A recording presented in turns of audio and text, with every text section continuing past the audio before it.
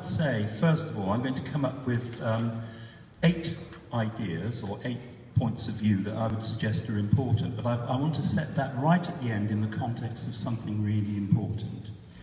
First of all, do away with targets. Targets are killing mental health services. They are driving, they only serve the interests of managers and politicians. We should do away with targets.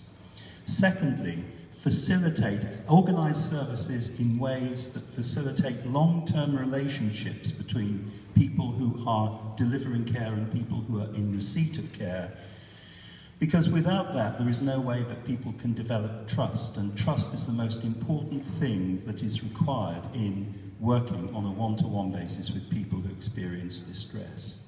Thirdly, limit caseloads. There can be absolutely no way that the effects that cuts are having on the sort of things that Andy was describing can result in caring, compassionate mental health services.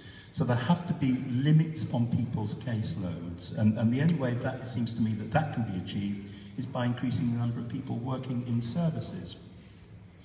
Fourthly, working with communities to foster resilience and support networks. One of the things that the other thing I've been involved in over the years in my work as a psychiatrist is community development. And I think community development, getting into communities, working alongside the knowledge and support networks and expertise that already exists in the wide diversity of communities that exist in our cities and in our country, is really helpful and important, not as an alternative to professional care, but as a complement to it. I think very strongly that there are areas where traditional mainstream mental health services really do, for all their excellent work and intentions, fail some communities. And I'm referring here specifically to South Asian communities, to black communities, and the problem is that most mental health workers do not come from those communities and are not embedded in the range of understandings, knowledge and support networks that exist in those communities. Fifthly, the prioritization of self-defined recovery. Recovery, for me, is a concept that was born in the survivor movement. It was not an idea that came out of professional work. One of the great tragedies about recovery over the past 20 years, the last 10 certainly, is the way it's become professionalized and the way it's become politicized in the interests of saving the government money.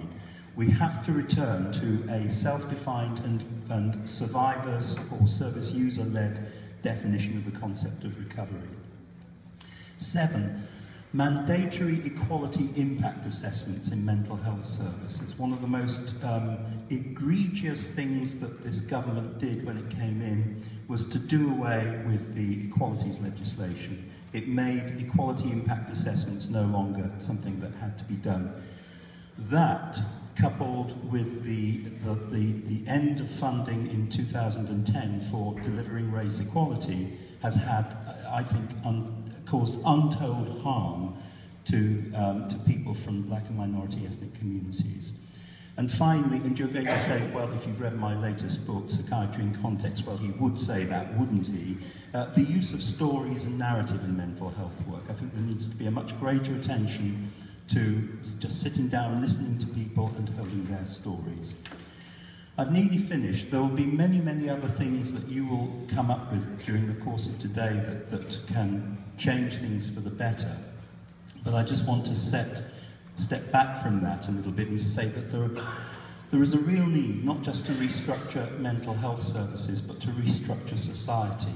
That we need, as Owen Jones says in the conclusions, in the final chapter of his book, a democratic revolution to shift economic sovereignty and power back to ordinary people and to take it away from the powerful elites.